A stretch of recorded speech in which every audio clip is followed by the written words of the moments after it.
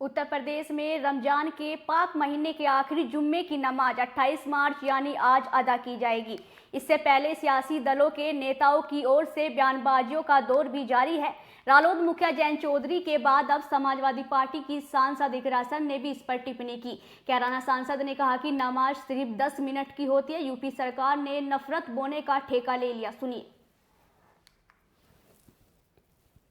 10 minute की नमाज में इतनी बड़ी आपत्ति पूरे देश को हो रही है, सरकारों को हो रही है, तो बहुत आश्चर्य की बात नहीं है, क्योंकि लगातार 2014 के बाद से जिस कगार पे ये सरकार इस देश को लेकर आई है, सिर्फ इन्होंने नफरत बोए हैं।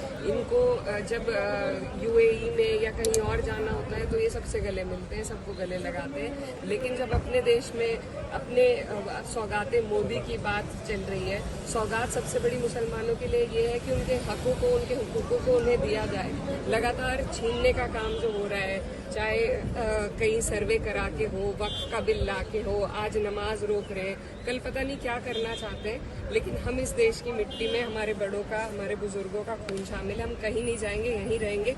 सरकारें आती हैं, जाती हैं, आज इनकी तानाशाही है, लेकिन हमेशा नहीं चलेगी। वक्त को लेकर मैम बात हो रही है कि लाया जाएगा।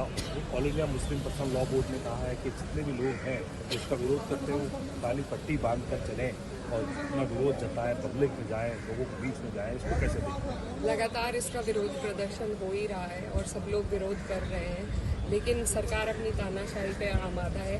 लेकिन हमें देखिए अब क्या किस तरीके से लेकर आते हैं। हम लोग पूरी तरीके से अपोज तो करेंगे, लेकिन इसी तरीके से सारे हक छीन कर आपको एक पैकेट पकड़ाया जा रहा है सौगात देने के रूप में, तो ये इनकी जो दोहरी पॉलिसी है उसको दर्शाता है, और इन लोग ऐसे लोगों का राज लंबे टाइम तक नहीं चलता है। जयंत चौधरी भी मैम कह रहे हैं, जयंत चौधरी कह रहे हैं कि ये गलत है और ये ओवर पॉलिसिंग है। देखिए, जो भी आदमी जो हिंदुस्तान की भावना को, संविधान की भावना को अपने दिल में लेकर चलता है, वो समझता है कि ये गलत है।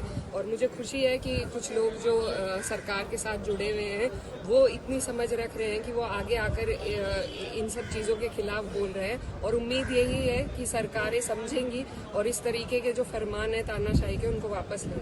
मुजफ्फरनगर में